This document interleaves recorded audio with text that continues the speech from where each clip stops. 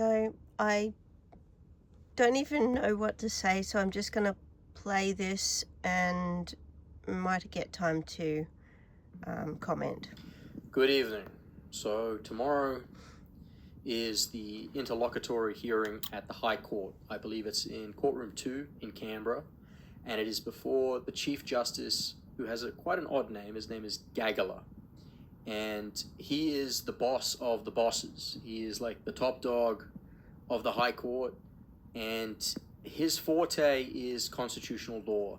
He is an expert on the implied right to political communication, and also on the, I guess you could call it the restricting of executive powers. And he's written extensively on prescription and what powers different executive officers have. So this is the most highly respected judge in Australia for a very, very long time.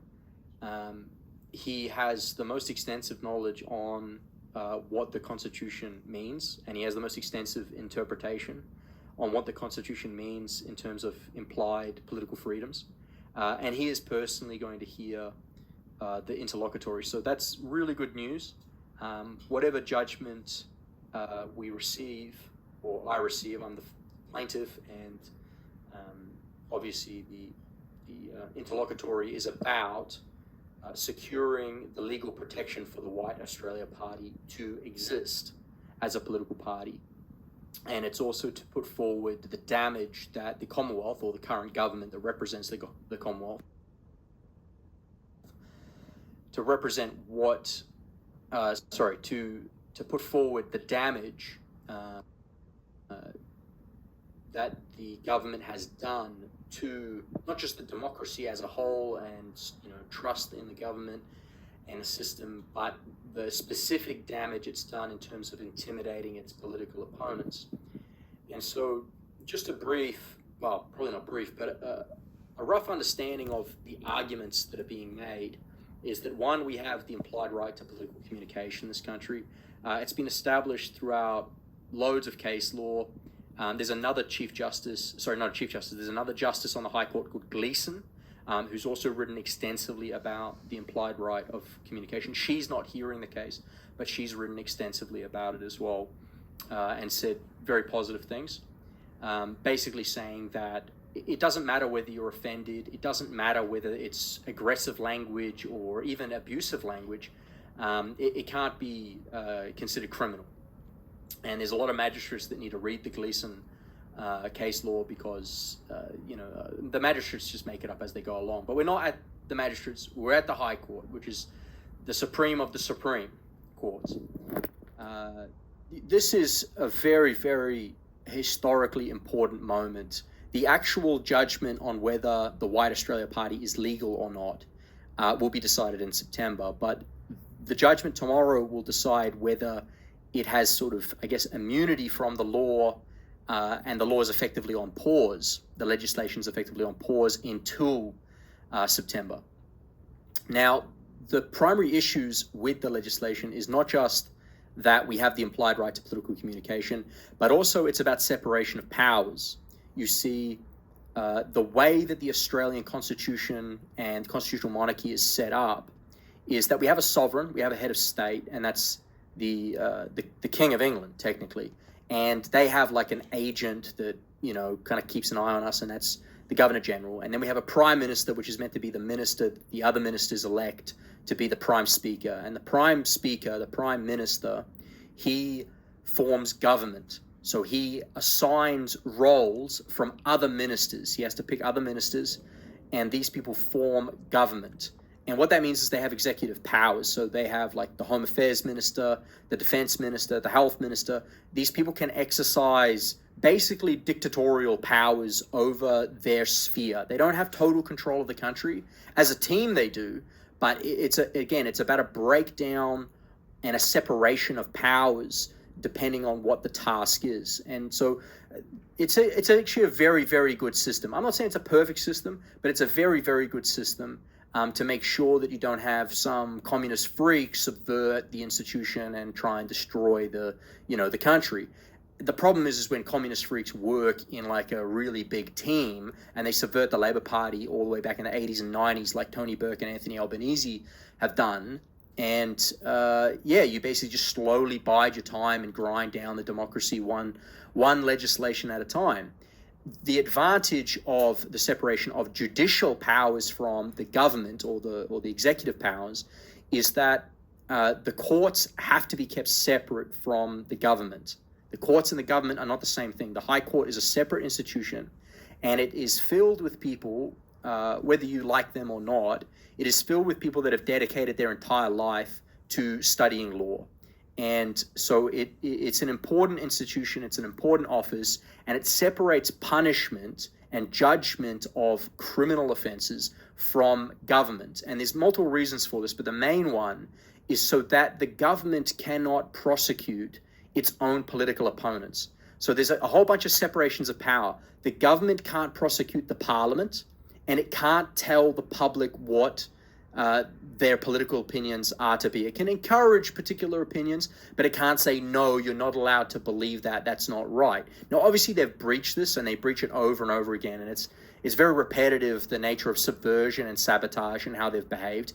And currently, the criminal code isn't being used against them, nor is the criminal code being used against journalists that are harassing myself and harassing World War II war widows and harassing local business owners that are, within a 10-kilometer radius of where I live.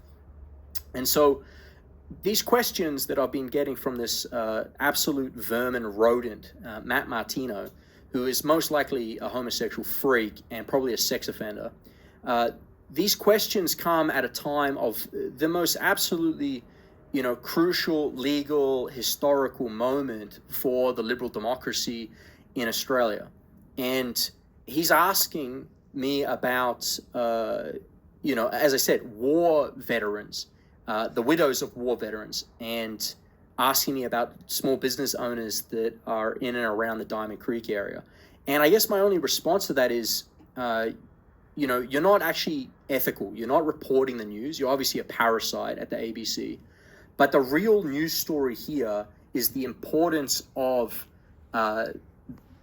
beating this legislation, or at least the importance of exposing the issues with this legislation. And the primary issue with the legislation, other than political communication, other than encroaching on, the right for Australians to have a political party, there's a very serious issue with Matt Martino's bum buddy, Tony Burke, being judge, jury, and executioner, and being able to punitively damage people that he doesn't personally like. And that's too much discretional power for a homosexual that subverted his way into political office.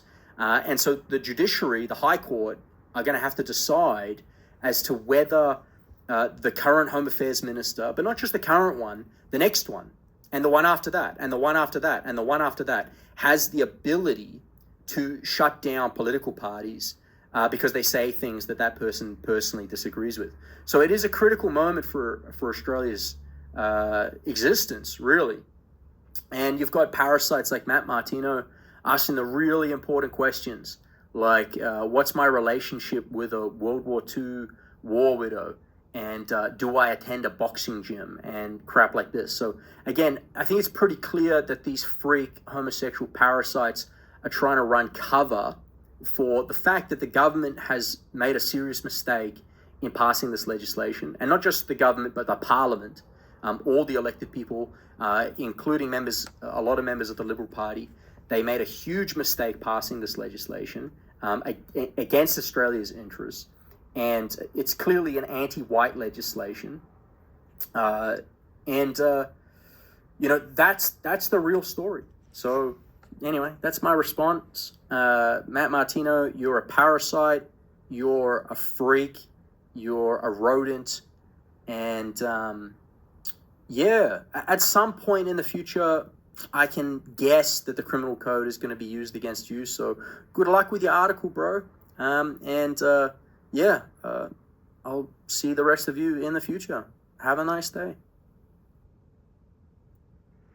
So I'm just putting my little screen back on. That's my screen down the bottom. So I just wanted to say as quickly as I can, because I'm going to run out of memory again. Thomas in this video is mixing up a lot of opposing law, and those opposing laws cannot stand. Having said that, if he walks into the High Court and does what he thinks he's going to do, he will be putting himself into a foreign administration over his own country, and he will not have power to change it from that position, because he will then have to have, and all of his men who get in there, they're talking about Justice Gleeson, or I think, is she a senior justice? These men, Thomas and all the men, do not believe in women being in leadership. So he's trying to appeal to her, okay, by pretending he respects her. But the reality is, these men wish to subvert our Constitution, even though they're using it to say this law is against the law, it's against the Constitution. They're going to subvert the Constitution, whether they know now or not. They're going to be doing that. And Chief Justice Gaglia is going to know all of that information as well, regardless of the executive government and all this other stuff. He knows the difference between the republic model of democracy and a constitutional monarchy, and he also knows who is the real monarch, so to speak. Okay, it's not Charles. You can look at our normal dollar coins. I don't think I have one at the moment. I don't have one, but I've shown you this before.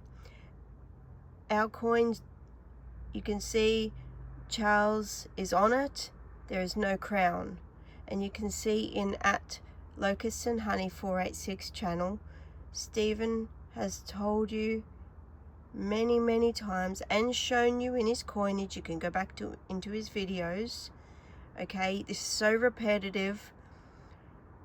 The Queen never wore the crown of the Australian Imperial Crown. She never wore that, never once. Okay, because she was born after that throne of London was already abdicated many years after, 20 odd years after. And so Thomas appears to be and looks deluded in the law, as far as I can see. Now the judges are not going to tell him that. I don't know what his lawyers know or say or tell him. They should know, but probably don't, because education doesn't teach them that. Schooling does not teach them that, because schooling is run by the foreign administrator, okay? And there is an occupant in the pocket. So we are an occupied country, okay? He thinks that the King of England is the King of Australia, and I just don't know what's going to happen. I don't know who Matt Martino is. I don't know who that is. I got no idea. I don't really care. Apparently he was sending messages asking Thomas all these questions and things. Now the comments about gay folk, that is not the Parliament or the government or Thomas or any other person's business to talk about homosexuality. That's nothing to do with what he has a right to say. And so, number one, I wouldn't support that type of a party anyway. But our Constitution does not allow that. The parties as they are right now, it doesn't allow them at all. Okay, that is not allowed to happen the way it is. Okay, so Thomas is going to walk in, and all his friends, who are all these men, because they want all their women at home,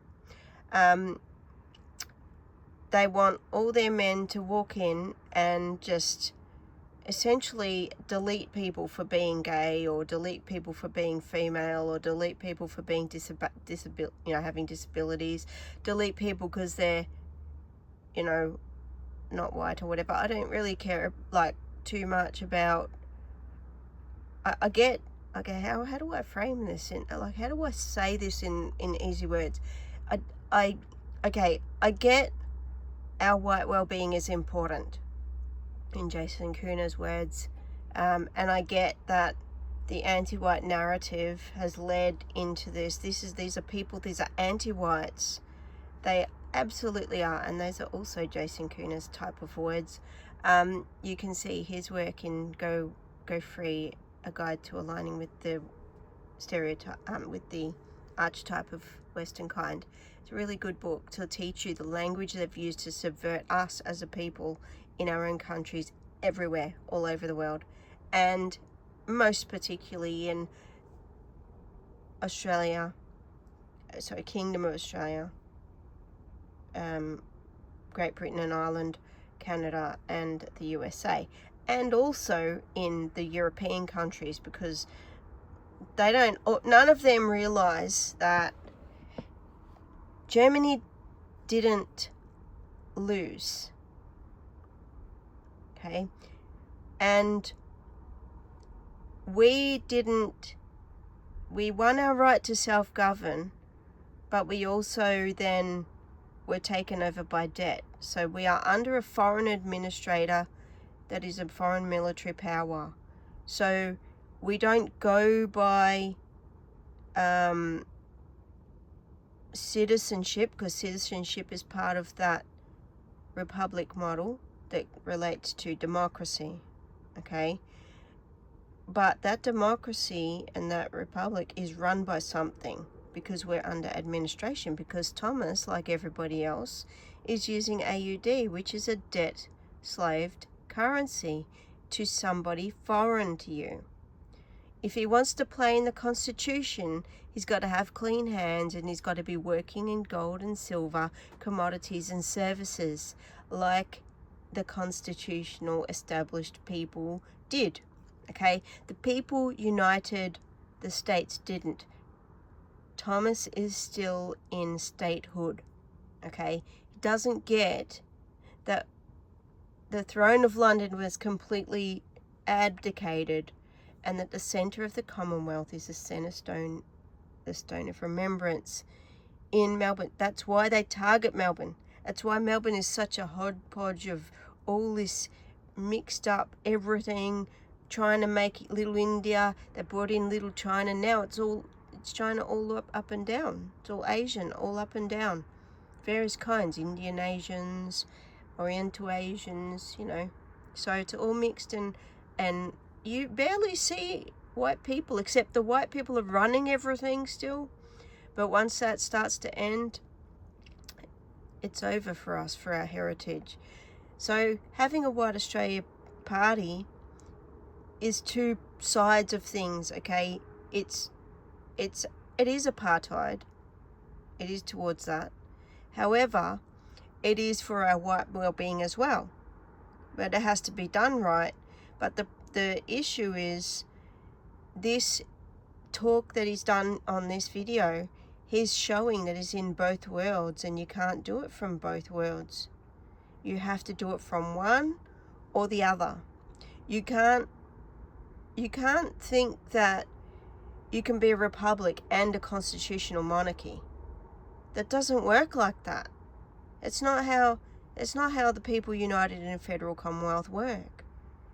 And so he thinks a party can rule people, and they're going to get in and throw out all the gays and throw out all the non-whites and throw out all the women out of the works, position to power and so on. But yet he turns around and appeals to Gleeson, Justice Gleeson, and, I hope Gaglier wakes up and realises what Thomas is up to. I'm pretty sure he will. I've read a lot of his stuff. He's pretty, it's hard to read. It's like Mark Leeming. It's very hard to read. But it's very, very clear as well. So once you sort of read it, you're like, holy shit, this is pretty amazing. He's the one who said, the state is a fiduciary of the people.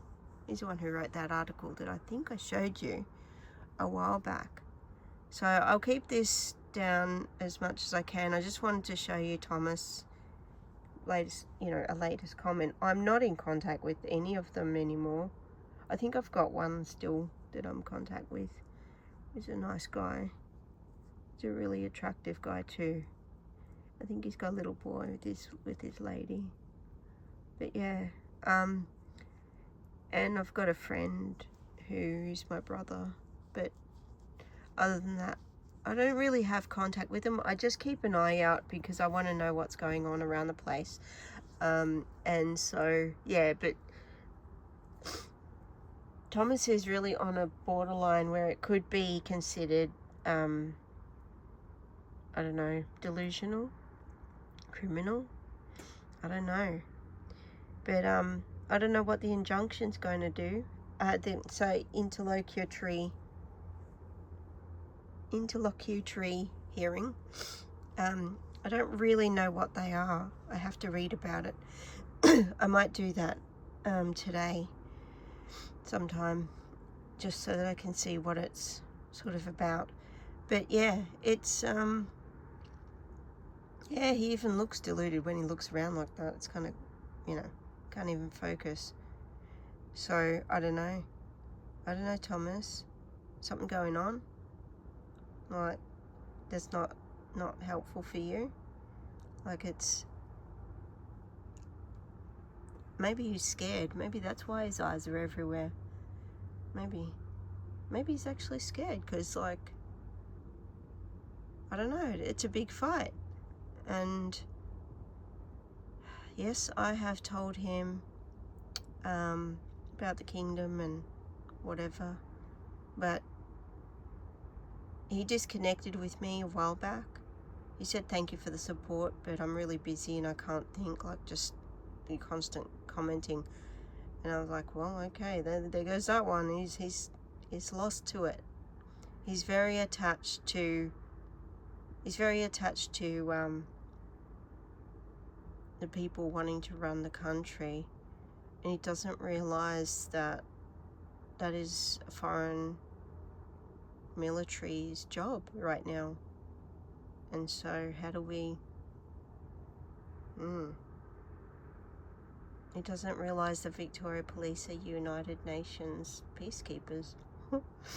So how do you teach them anything else if they don't know that? And so, yeah, I mean, how are they going to just unsign us from the AUD completely without the people developing the skills to manage themselves within silver and gold? How are you going to do that, Thomas? Because you can't live in both worlds. You can do one or the other. You can use AUD, but it's always a debt over you. Always. Every single time you use it, the debt goes up. It's not like you're just passing around. Like with silver, you get the silver, you pass it to the next guy, right? Or girl. With the AUD, it doesn't work like that. You get a little slip, or digital, whatever, and you're basically saying, here's an IOU that can be paid back to you in value. That's it. It's just an idea. Silver, you get it. You can make something out of it. It's always there. It's physically always in existence. That's why gold, silver, commodities, and service. That is how we've always been. But today, like when I was younger, because some people would think me young, I used to work my butt off and I would get really good reward for that. Like, no, I'm not saying paid out and all of that, but people really liked that. It was very valuable. That's how we all were. Okay. But now, it doesn't matter how hard you work. People will malign you, damage you, they deliberately harm you. They really become very unappreciative, and they're just very removed. And it's because they've removed gold and silver, the physical. We used to count out 2-cent coins, the little coppers. we used to count them out and go, oh, I've got 10 cents. I've got 5 of these 2-cent coins, and you go down the shop and you get a whole bag of lollies. It was so cool. Okay. And then it went, you know, from like 10 cents for a little bag to $1 for a little bag. And our money just kept diminishing and diminishing. And so now, one of those law textbooks is $111. That is 1 silver dollar and 1/10 ounce, which is so $1.10 in silver dollars covers one law book. And like when you look at it and say, oh my gosh, it's 111 AUD, and you look at this little one ounce and 1/10 of silver, you go, well, holy shit, you know what I mean? Like, it's almost like even if you got 1/10 a day to be paid, right? It's 11 days of work to get a law book. You know what I mean? Like, it's but we actually valued the work, and the silver was physically there. You can do anything with that silver. You can physically weigh it. You can hand it to someone. Thomas doesn't have that grounding. He's a little bit too young to have had that grounding, and maybe he has some of it, but I think in his age group he did not see 1 and 2 cent coins and have to count them for his lollies. And I'm not saying that's a good or bad. Lollies may or may not be good or bad. I can't eat them, so I don't know. I shouldn't have been eating them probably in the first place. But still, it was good practice to know how much and all of this. I did a lot of learning with the physical coinage. And then they just didn't have to keep giving them to us. They're still legal tender, the 1 cent and 2 cent. I think I've shown you that before. Anyway, I wanted to comment on this video. I've got one about this other guy in the groups and things. I've got a few, but yeah, I just, they're not listening. I'm not in contact with any of them, except for, like I said, that's because they're friends. It's not because of any association, and I don't even know if they hang out or whatever. I've got no idea. Don't care, don't want to know. I warned them they were breaking the law. They didn't listen, so whatever. But I'm going to put this up. I just think Thomas is acting within what he knows, but what he knows is wrong. It's false knowledge. Judge Galia will know. Sorry, Chief Justice Galia will know. He will play in the field. I don't know. I'm pretty sure he should know. He should be on top of it. They try and, the lower courts try and push sovereign citizen nonsense, but I think Stephen Gaglia knows. It could be Gaglia. I think it's Gaglia. I don't know. But it's not how Tom said it. But anyway. So, anyway, Tom, I'm sure he's a fantastic guy. He's got a wife and child, or he couldn't be bothered getting married. He's got a woman and a child. And I don't blame him, because common law marriage is just as valid. Okay? Where civil marriage is a contract between the state, the person, and the other person. So three-party contract, where the fruits of the marriage go to the state. So they're two different places. Common law is recognised all over the court. Common law marriage, just live together. They call it de facto marriage, but it's actually common law marriage. It's not really de facto. It's actually a contract. If you don't write your contract, well, that's your stupidity, really. Yeah, so, I don't know. I guess that's all I've got to say on this. Like I said, I don't know who Martino is. I don't think he has any business really contacting Thomas. I mean, leave him alone, but even Martino doesn't know the reality. And so, I don't know, we're in this really interesting place right now. Most people just don't know. They don't want to let it be true. They don't want to let go of what they were brought up knowing, what they got taught knowing, what they think they found in the secret archives of the internet. Like, you know, finding Mein Kampf. Like, is that such a... I don't think that's such a success. I think that's just someone's book. He decided to write it. He took he took an action against a group of people, whatever. I honestly don't know one way or the other, and neither do anyone who reads Mein Kampf. Okay, you can read it. It doesn't mean anything. Well, I don't follow one individual. I follow results. Okay, when I get results, and then a Victoria policeman looks at me stunned and says, "Oh, are you government?" I know I'm onto something. Okay, I don't know other people who have done that. The only one person I know of is Stephen I. Only because I don't know the network too well. Everybody's trying to avoid having their address in the government and all these different things. Everybody's trying to avoid, they sort of half help, but then they withdraw half help because they get scared. I'm scared, but I'm also realistic. It takes a lot of courage to walk up and do this, to do anything. And so, like, Thomas doing it in the first place is good, but getting this law right, he's got mixed law in his mind. I don't know what Chief Justice Gagley is going to do. I mean, he might put the interlocutory injunction in. I think it's an injunction of a sort, no, a bigger one. I think he might put it in preparation, but I think also that September, I mean, these men were all warned well in advance.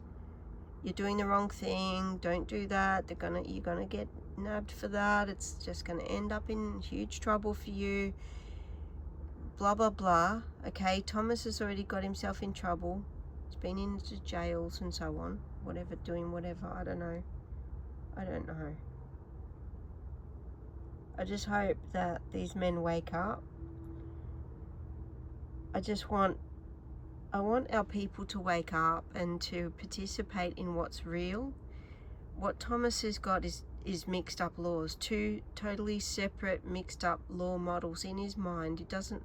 I don't know if he gets it, that they're separate. He's mentioning them both, and then like he's mentioning one and the other and kind of going in between. We're not a democracy, Thomas. We are not run by the people. We are under foreign administration until we self-govern as a people, not as a government, not as slaves over the government, not as debt slaves, but self-govern under that constitution, under our rightful lineage, under our rightful king, the one I keep showing you. Go to @LocustsandHoney486, listen. Just constantly listen until you get it through your minds. And just, it's so frustrating. I don't even know. I didn't know what to say to this video because Thomas, you're mixing law. And there's so many of them doing it. Warrior law, mixing laws, and then selling it off to people as private law. Okay, it's good to have private law, but you need to know the real separation, and that real separation is not, it's not mixing laws. You just can't do it. So you can do it, but you're found out immediately as being part of the administration. Okay, a debt slave. Until you get somewhat get into power, and then you're going to be like, oh shit, we really are under administration. We really don't know how to get out of it. The people don't see it. They've forgotten. So, yay, Aboriginal. That's what's going to happen. He's going to try and talk out about it, try and talk out against it, but you can't talk against another people. You've got to build your people. So, I don't know. It makes no difference if Matt Martino is a homosexual or not. Thomas, you look deluded in this video. Not to be rude to you, but I have told you, and you didn't listen. You're like halfway listening. And half asleep is probably worse than fully asleep, unfortunately. Because you're going to get taken for a ride. And, wow. Anyway, I hope I'm wrong, but I don't think so. Interesting. Have a good day.